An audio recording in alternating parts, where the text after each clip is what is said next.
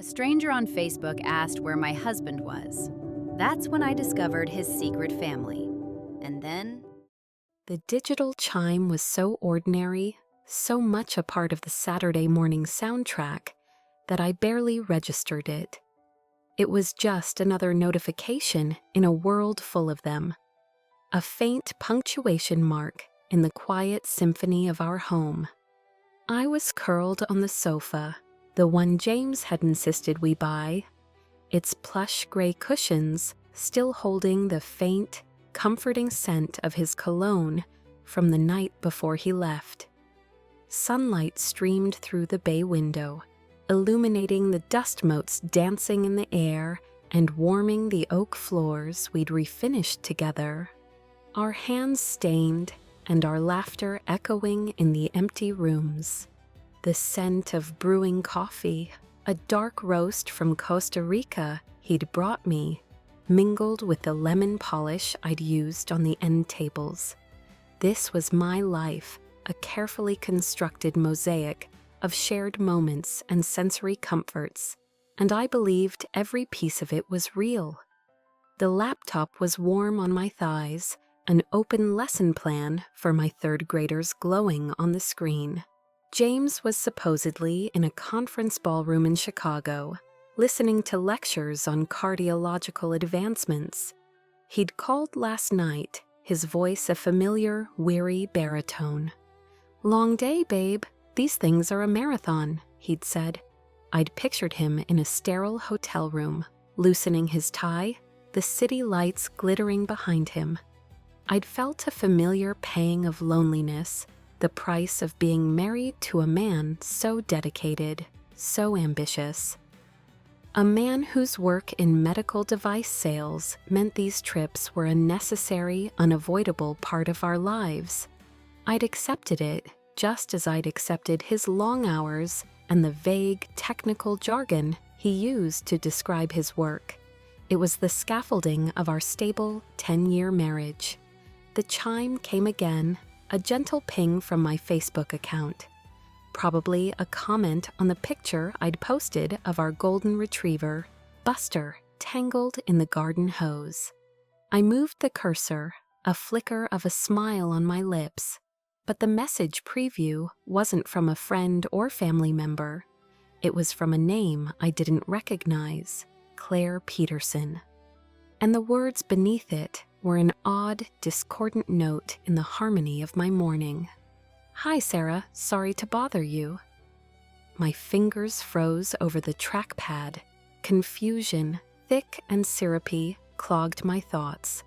Why would a stranger be asking me where my husband was?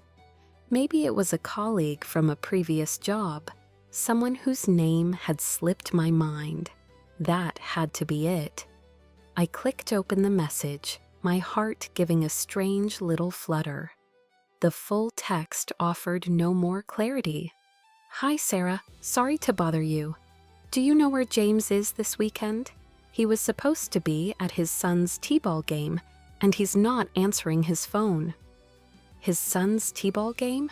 The words didn't compute. They were gibberish, a language I didn't speak.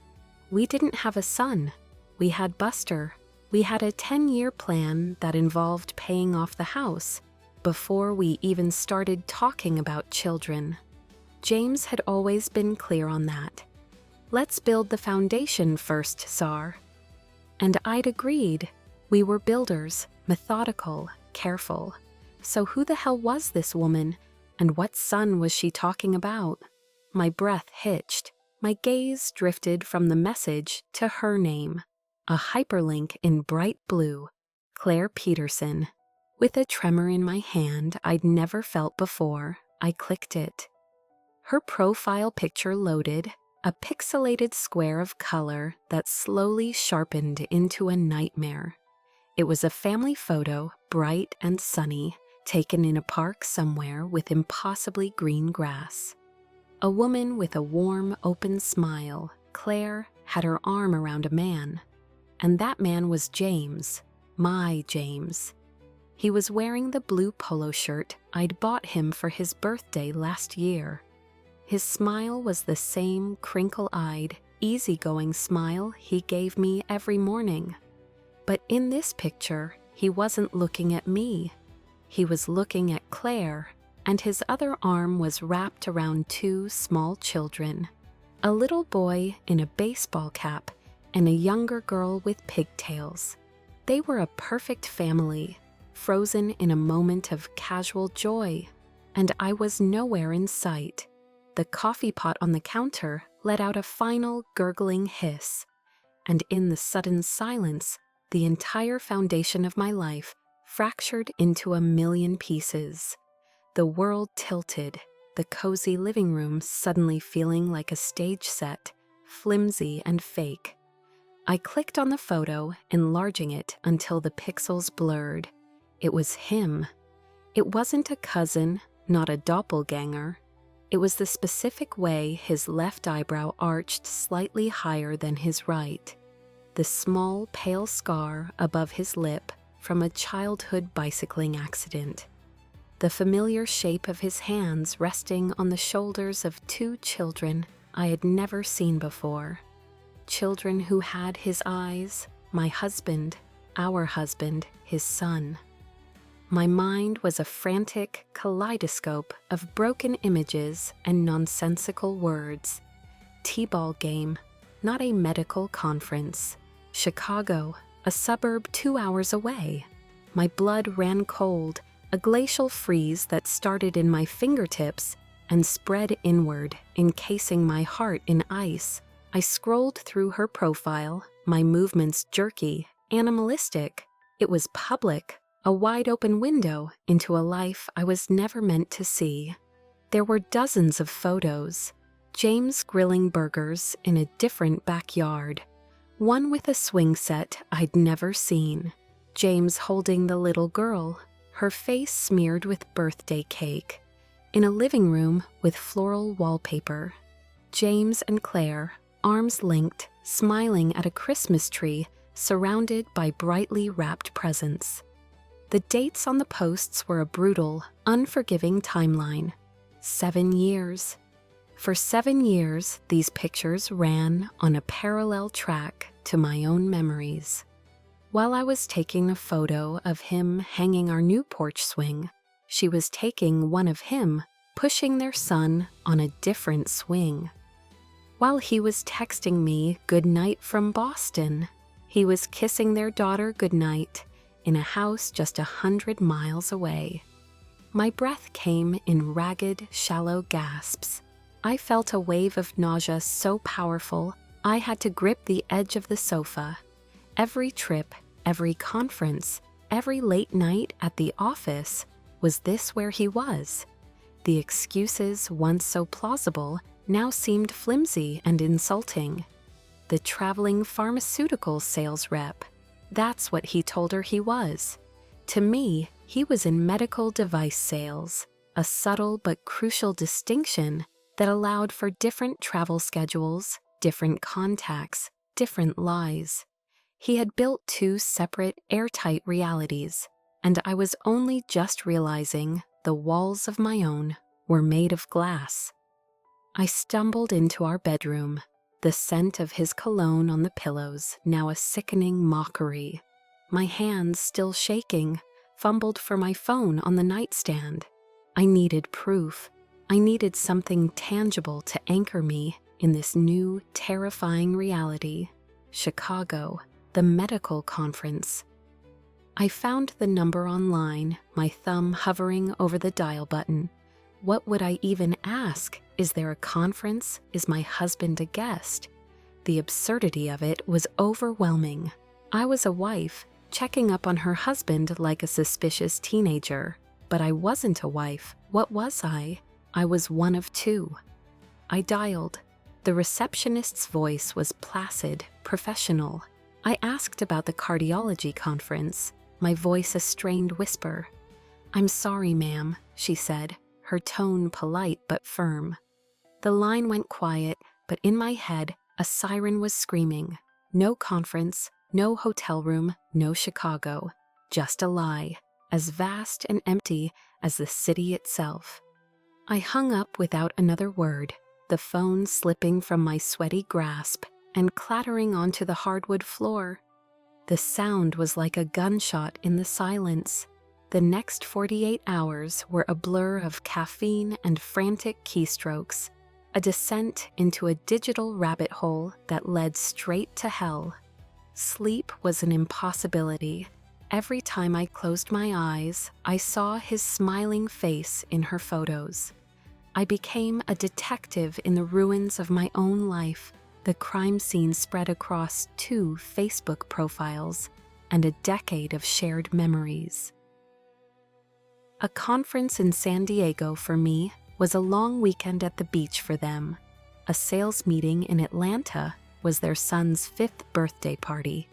The lies were meticulous, overlapping with a horrifying precision that spoke of years of practice. He wasn't just a cheater, he was an architect of deceit, a master craftsman of betrayal. Then came the money. The thought hit me at 3 a.m. on Sunday morning, staring at the ceiling as shadows danced like specters. If he had another house, another family, how did he pay for it all? My heart hammered against my ribs. We had a joint checking account, joint savings, a joint mortgage. With a sense of dread so profound it felt like I was drowning, I crept back to the living room and opened our online banking portal. The screen glowed in the darkness, illuminating my pale, drawn face. At first, everything looked normal. The mortgage payment, the car loan, the usual credit card bills. But I scrolled deeper, back through months, then years of statements. And then I saw it. A recurring payment to a credit union I'd never heard of. It wasn't a huge amount, just a few $100s a month, small enough to get lost in the noise of our other expenses. But it had been happening for 6 years. I did a quick search for the credit union. It was based in a small town called Northwood, a place I'd barely heard of. A quick map search confirmed my worst fear.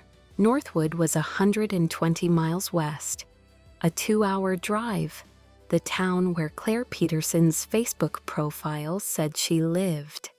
The dam broke. I started digging with a feverish intensity, my mind clear and cold, in a way it hadn't been for 2 days. I logged into our credit card accounts, one by one, and there it was, hidden in plain sight. Gas station purchases in Northwood, a charge at a toy store there a week before Christmas, payments to a pediatrician whose name I didn't recognize, a charge for a child's swing set from a local hardware store. It was all there, a breadcrumb trail of receipts charting his secret life. He wasn't just stealing my heart, he was stealing our money to do it. The final devastating blow came when I used a free credit report service. I typed in my information, my hands slick with sweat, and then his. The screen loaded and 2 columns of debt appeared. My column was what I expected. His was a mountain. There was a car loan for a vehicle I'd never seen, a string of personal loans, and then the one that made the air leave my lungs in a single, painful whoosh, a second mortgage, a home equity line of credit taken out against our house, our home, for $180,000. My signature was there on the digital application, a perfect forgery.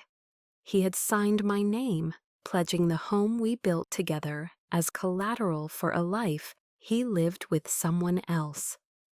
The number stared back at me from the screen, a monument to the scale of his betrayal. $180,000. It wasn't just a betrayal of love and trust, it was a financial annihilation. I wasn't just a fool, I was a co-signer on my own destruction. He came home Sunday night, right on schedule. I heard his key in the lock, the familiar scrape and click that used to signal the end of my loneliness and the start of our evening together. Now it sounded like a cell door locking me into a new reality. Buster ran to greet him, tail wagging, oblivious. I remained on the sofa, the laptop open on the coffee table, Claire's smiling face next to his, a silent, screaming accusation. The air was thick with everything I now knew, so heavy I could barely breathe. He walked in, dropping his travel bag by the door with a weary sigh. He was already in character, the dedicated husband returning from a grueling work trip. "Hey, babe, God, I'm exhausted," he said, starting to loosen his tie. He looked at me, his smile faltering as he saw my expression. I didn't have to say a word. My face, my stillness, the cold, dead light in my eyes, it was all there. His gaze flickered from me to the laptop screen, and in that split second I saw it all. The flicker of confusion, the dawning horror of recognition, and finally the pathetic, crumbling collapse of his carefully constructed world. His face went ashen. The architect's masterpiece was in flames, and he was standing in the middle of the inferno. "Sarah, wait," he stammered, his hands held up in a placating gesture. The sound of my name in his mouth was a violation. "Let me explain." The sheer, unadulterated absurdity of that line, the most worn-out cliché in the cheater's handbook, was so insulting it almost made me laugh. A hysterical bubble of sound rose in my throat, but I choked it down, replacing it with a cold, hard fury. I finally said, my voice eerily calm, detached, "Do I think you have a second family in Northwood? A woman named Claire, a 5-year-old son, and a 3-year-old daughter? Do I think you've been lying to me every single time you've left this house for the past 7 years?" I let each question hang in the air, a verbal indictment. His face crumpled. All the suave confidence, the easy charm he used to navigate his two worlds evaporated, leaving behind a weak, terrified man. He sank onto the ottoman, his head in his hands. There were no denials, no arguments. The evidence was absolute. I don't know how it happened," he whispered, his voice muffled. It started, and then I couldn't stop it." The word was a razor blade on my tongue. "You weren't trapped, James. You were driving. You made 1,000 choices every single day to keep this lie going. You chose to lie to my face this morning. You chose to get on a different highway." He looked up at me then, his eyes pleading, swimming with what I now recognized as the cheap, shallow tears of self-pity. "But I love you, Sarah," he insisted, his voice cracking. "I never stopped loving you." He took a shaky breath, preparing for his next devastating line. "I love her too. I know it sounds crazy, but I love you both equally." I didn't know how to choose. And that was it. That was the moment the last vestiges of my grief curdled into something else. Something harder, colder, and infinitely more dangerous. He said it as if it were a noble confession, a tragic affliction. But what it really meant was that he loved neither of us. He hadn't given me half a life. He had given me a complete and total fraud. My entire 10-year marriage, the foundation I thought we'd built, was a lie I'd been paying for, literally and figuratively. He hadn't been trapped. He'd been holding a lottery ticket in each hand, waiting to see which one would cash out. In his profound selfishness, he saw himself as the tragic hero of this story. But standing there, looking at his pathetic, crumbling face, I knew he was just the villain. And I was about to introduce him to the other woman he had wronged. The next morning, my hands shook so badly I could barely hold the coffee mug. I hadn't slept. I had just sat in the dark, replaying his words, feeling the humiliation and rage wash over me in suffocating waves. He had slept in the guest room after I'd thrown a pillow at him and told him that if he came near me, I would call the police. I heard him crying through the door at one point, a pathetic, sniveling sound that filled me with nothing but disgust. The man I had married was gone. In his place was a stranger, a con artist, and I was his primary mark. But his confession, as sickening as it was, had given me a new, terrible kind of clarity. He saw us as two separate problems, two women to be managed and placated. He had no idea that in his duplicity, he had forged an unwilling connection between us. We were two strangers, linked by the same lie, the same man. And as I stared at my reflection in the dark coffee, I realized Claire wasn't my enemy.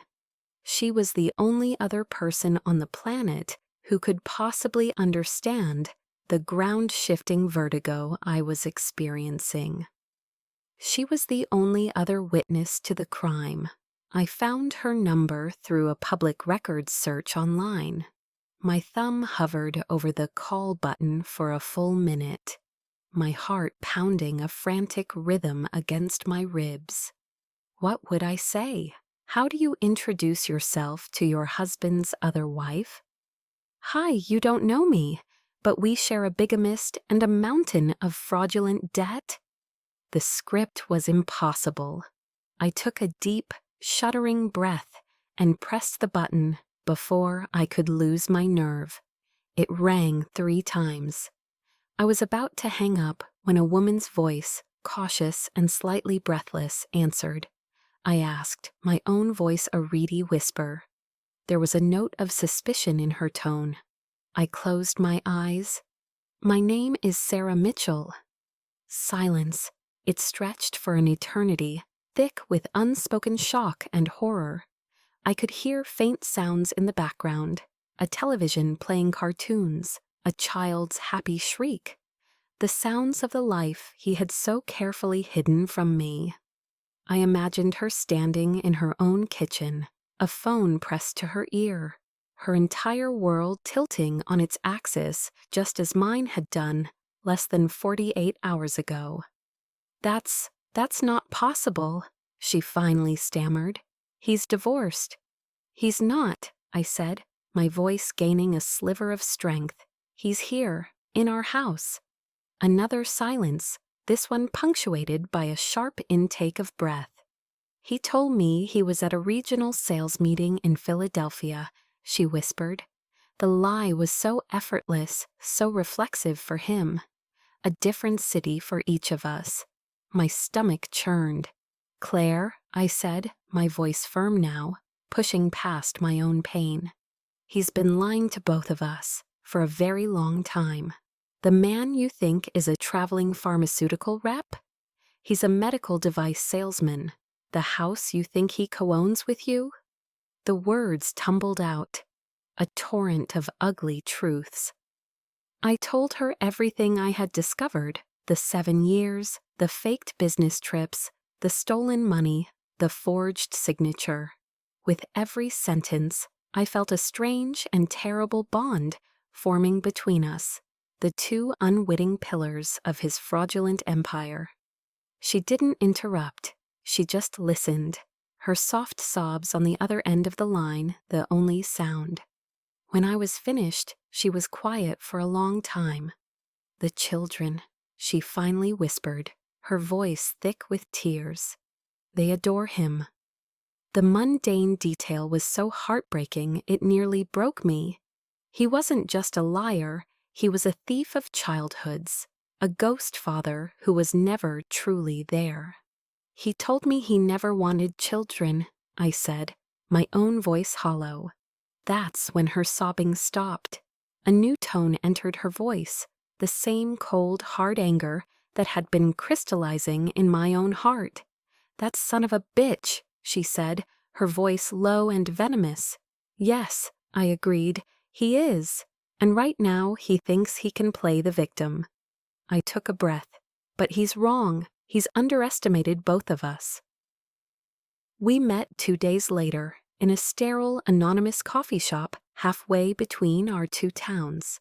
It felt like a spy movie, two opposing agents meeting on neutral ground. I saw her before she saw me. A pretty brunette, her face etched with the same exhaustion and stress I saw in my own mirror. She was pushing a stroller, and a little boy with James's dark curly hair was holding her hand. My breath caught in my throat. Seeing his face, a miniature, innocent version of my betrayer, was a physical blow. For a moment, I wanted to run, but I stayed. She spotted me, and our eyes met across the crowded room. There was no animosity, no jealousy, just a shared, profound recognition of our mutual ruin. We sat at a small table in the corner, the children a silent, heartbreaking presence between us. Her daughter, Chloe, was asleep in the stroller, and her son, Leo, sat quietly, coloring in a book she'd brought. He looked up at me once with his father's eyes, and I had to look away, my heart aching with a complicated mix of anger and a sorrow so deep it had no name. We didn't waste time on pleasantries. We laid our lives out on the table like evidence. She brought a folder of documents, the deed to her house with his name on it, bank statements showing the money he'd invested for them, a thick stack of photos from 7 years of holidays and birthdays. I brought my own folder, our marriage certificate, the credit reports, the proof of the forged loan, a detailed timeline of his lies that I had painstakingly created over 2 sleepless nights. As we compared our documents, the full, staggering scope of his deception came into focus. He had run his life like a corporation with 2 secret competing subsidiaries, embezzling time, love, and money from each to keep the other afloat. He told me his parents were dead, she said, her voice flat. He said they died in a car crash when he was in college. His parents live in Florida, I said, my own voice shaking with rage. We have dinner with them every Christmas. Claire's face hardened. She looked down at her son, who was carefully coloring a dinosaur blue. He built our entire life on a foundation of lies. I know, I whispered. He used our stability to finance your dream. He used your love to escape his responsibilities to me. We were just assets to him. That was when the shift happened. Sitting there in that generic coffee shop, surrounded by the smell of burnt espresso and the wreckage of our lives, the grief began to recede, replaced by a cold, unifying purpose. We weren't victims anymore. We were partners. He had made us adversaries by default, but his greed and arrogance had made us allies by choice. We need a forensic accountant, I said, the idea coming to me with sudden, sharp clarity. Someone who can trace every dollar he stole from me and funneled to you. And we need lawyers, good ones, not just divorce lawyers. Claire looked at me, a flicker of something new in her tired eyes. It was determination. He has a big presentation at his company headquarters next month, she said slowly. He's been talking about it for weeks. It's for a huge promotion. Our eyes met again, and this time there was no pain. There was only a silent, perfect understanding. James had built his life on compartmentalization, on keeping his 2 worlds from ever colliding. We were about to give him the merger he never wanted. His carefully constructed walls were about to come crashing down in the most public, most humiliating way imaginable. And we, the 2 women he had tried to erase would be the ones to light the fuse. Our alliance was forged in the fire of betrayal, and it operated with the precision of a military campaign. When we walked into her sleek downtown office together, she raised a perfectly sculpted eyebrow but didn't comment. We laid out our folders, our timelines, our shared story of deception. Diana listened without interruption, her expression unreadable. When we finished, she leaned back in her leather chair, a slow, predatory smile spreading across her face. "Well," she said, "Diana brought in a forensic accountant named Marcus, a quiet, unassuming man with glasses perched on his nose and eyes that missed nothing. For 2 weeks, Marcus became the archaeologist of our financial ruin, digging through a decade of records. Claire and I worked with him, spending hours in a stuffy conference room that smelled of old paper and bitter coffee.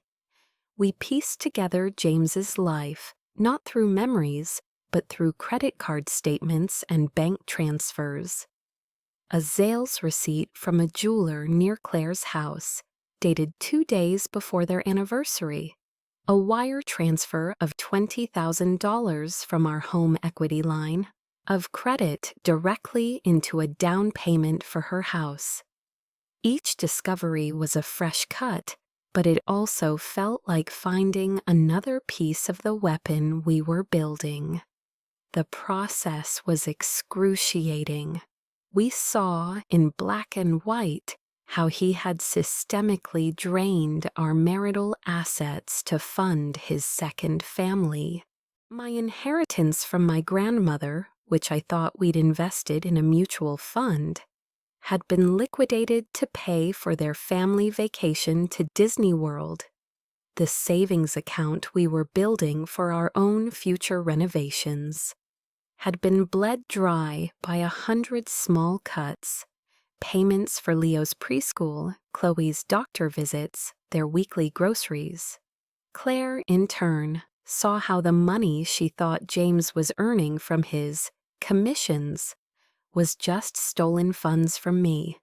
The life she believed she was building was financed by my own personal devastation. There were moments when the weight of it all became too much. One afternoon, Claire broke down, sobbing over a receipt for a tiny pair of ballerina shoes. "He bought these for Chloe after her first recital," she cried. "He was so proud of her." I found myself putting my arm around her, my own eyes burning with unshed tears. "The love for the children was real, I think," I said, the words tasting like ash in my mouth. "But he's a narcissist. It was his love for them, his pride." In comforting her, I found a strange kind of strength. We were no longer just co-victims. We were becoming friends, bound by a trauma no one else could ever comprehend. We talked about our lives before him, our dreams. She had wanted to be a graphic designer. I had wanted to get my master's degree in education. We saw in each other the women we had been before James Mitchell had rewritten our lives without our permission. The planning phase for the confrontation was meticulous. Diana handled the legal strategy, timing the service of our respective divorce papers to the exact moment of maximum impact. My job was logistics. I researched James's company, a major medical technology firm called MedInnovate. I found the exact date and time of his big presentation, Friday 10:06 a.m. I even found a floor plan of their corporate headquarters online. Claire's role was the most difficult. She had to continue playing the part of the devoted partner, all while knowing the truth. She had to smile when he called, feign ignorance, and listen to him talk about how much he missed her and the kids. Every night, she would call me after he was asleep, her voice trembling with the strain of it all. "He kissed me good night," she'd say, her voice thick with disgust. "Stay strong," I would tell her, my own voice tight. "It's almost over. Think of the presentation." That image became our mantra, the guiding light that got us through the darkest days. We weren't just seeking a divorce, we were seeking justice. We were taking back the narrative.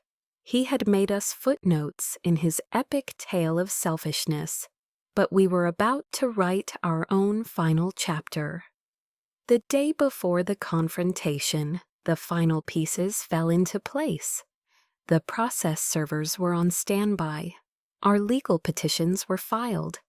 Marcus's report was printed and bound into 2 neat, damning volumes. I met Claire one last time in that same anonymous coffee shop. There was no folder of evidence between us this time, just 2 coffee cups and a shared, quiet resolve. I asked her, my own stomach a knot of anxiety and anticipation. She looked at me, her eyes clear and steady. The exhausted, broken woman I had first met was gone. In her place was a warrior. "I'm ready," she said. "He's expecting a promotion. Instead, he's going to get an eviction." We didn't hug or say a dramatic goodbye. We just nodded, a silent acknowledgement of the battle to come. As I drove home, the setting sun painted the sky in shades of orange and red, like something beautiful being born from a fire. And for the first time in weeks, I felt a flicker of something that wasn't pain or anger. It was hope. The morning of the presentation arrived, gray and overcast, the sky the color of slate. It matched my mood perfectly, cold, hard, and resolute. I dressed carefully, choosing a charcoal gray suit and a crisp white blouse. It felt like armor. Every piece I put on was a declaration of intent. I was no longer the grieving wife weeping on her sofa. I was Sarah Mitchell, and I was on my way to reclaim my life. I picked up Claire at a prearranged spot a few miles from the Med Innovate corporate campus. She got into the car, her face pale but determined. In the back seat, Leo and Chloe were buckled into their car seats, looking small and bewildered. Seeing them again sent a pang through my heart, but I pushed it down. They were the innocent casualties in this war, but they were also our most powerful weapons. Their very existence was a truth James could not deny. We drove the rest of the way in silence, the only sound the soft hum of the engine and the occasional cartoon sound effect from the iPad Claire had given Leo. We pulled into the visitor parking lot of the sprawling glass and steel building at exactly 9:45 a.m. It was a monument to corporate success, sterile and imposing. Inside that building, James was probably running through his PowerPoint one last time, dreaming of a corner office and a bigger salary, more money to fuel his lies. We had coordinated with Diana. 2 process servers, a man and a woman, were waiting for us near the entrance, dressed in nondescript business attire. They nodded at us, their faces impassive. The 4 of us, plus 2 small children, walked through the automatic glass doors and into the soaring marble-floored lobby. The air inside was cool and smelled faintly of industrial cleaner and ambition. "That's him," Claire whispered, pointing toward a group of men in suits standing near the elevators. And there he was, my husband, her partner. He was holding a leather portfolio, laughing at something one of his colleagues said. He looked confident, relaxed, completely in his element. He had no idea the 2 halves of his fractured world were about to collide in the lobby of his professional sanctuary. We began our walk across the marble floor. The click of my heels and Claire's echoed in the cavernous space, a steady, rhythmic advance. It felt like time was slowing down. People in the lobby turned to look at us. A strange little procession. 2 well-dressed women, 2 small children, and 2 grim-faced minders. James was still turned away from us, facing the elevators. One of his colleagues saw us first. His smile faltered, his eyes widening in confusion. He nudged James's arm. James turned, and his world ended. His eyes first landed on me. I saw the flash of pure panic, the blood draining from his face. His mouth opened slightly, but no sound came out. Then his gaze shifted to my side, and he saw Claire. And then he saw Leo and Chloe standing beside her, holding her hands. The color that had drained from his face was replaced by a sickly, mottled red. His entire body seemed to shrink, the confident executive imploding into a terrified, cornered animal. His portfolio slipped from his nerveless fingers and hit the marble floor with a loud slap that echoed through the now silent lobby.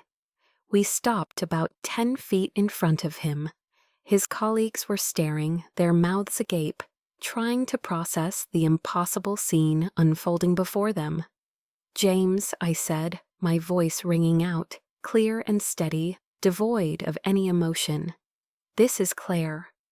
Leo's small voice cut through the tension, a sound of pure, innocent confusion.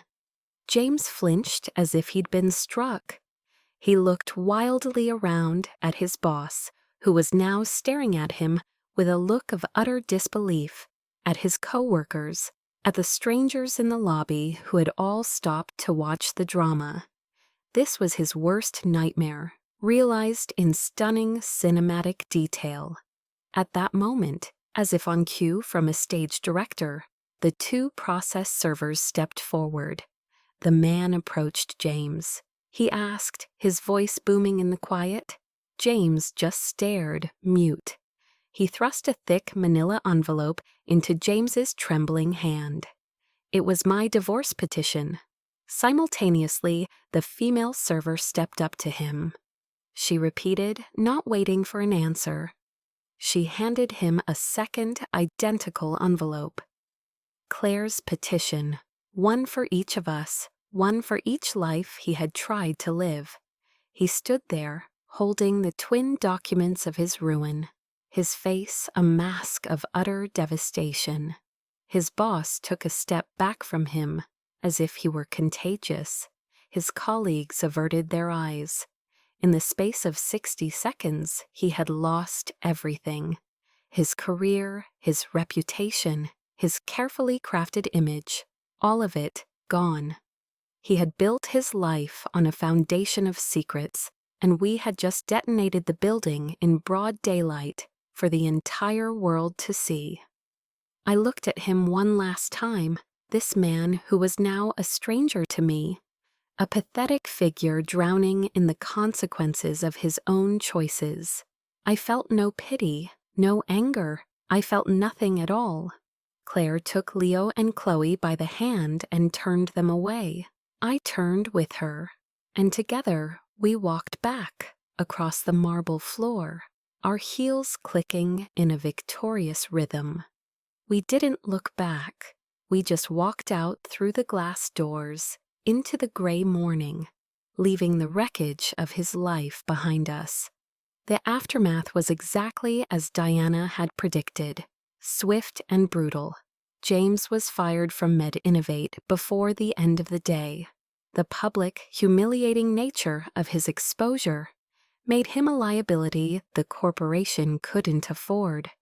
The news of the confrontation, the 2 wives, the secret children, spread through his industry like wildfire. He was professionally radioactive, his career destroyed as thoroughly as his marriages.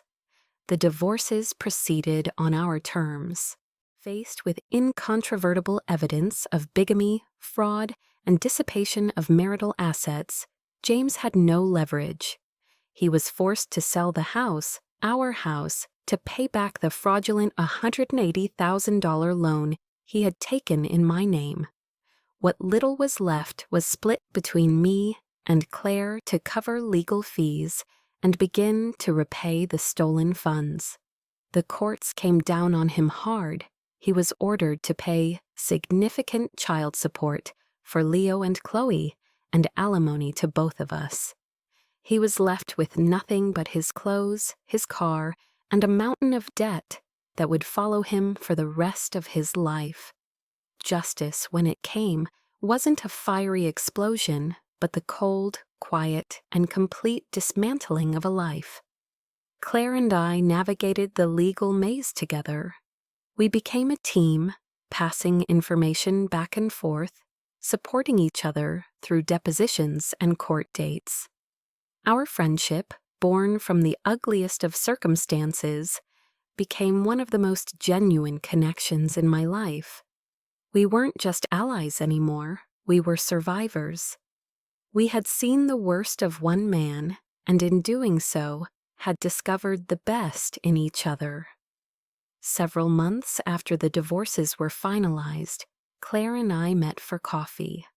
The kids were with her new sitter, a sweet college girl who lived down the street from the small apartment she'd moved into. The stress and fear had finally begun to recede from her face, replaced by a calm she was slowly reclaiming. I enrolled in an online graphic design course, she told me, a genuine smile reaching her eyes. It's just an introductory class, but it feels good. That's amazing, Claire, I said, and I meant it. I told her I had applied to the master's program at the state university. My application had been accepted. We were both rebuilding, not on the rubble of our old lives, but on new, solid ground of our own making. Our bond was a strange and sacred thing. We didn't need to rehash the details of James's betrayal. We had lived them. Instead, we talked about the future, about our children, about the women we were becoming. We were two people who should have been mortal enemies, but a shared trauma had transformed us into something that felt a lot like family. A year later, I started writing. I wrote about the quiet Saturday morning, the Facebook notification, the cold dread of discovery. I wrote about the pain and the fury, but I also wrote about the power that came from shared truth, the strength I found in an unexpected friendship. I wrote about recognizing the subtle red flags I had ignored for years, the vagueness about his work, the burner phone for international clients, the way he always paid for dinners on his trips with a credit card I never saw the statements for. I turned our story into a warning, a guide for others who might be standing on the same fractured ground I once had. The book, a memoir, found a publisher. The final line was one I had thought about for a long time, the one that encapsulated everything I had lost and everything I had found.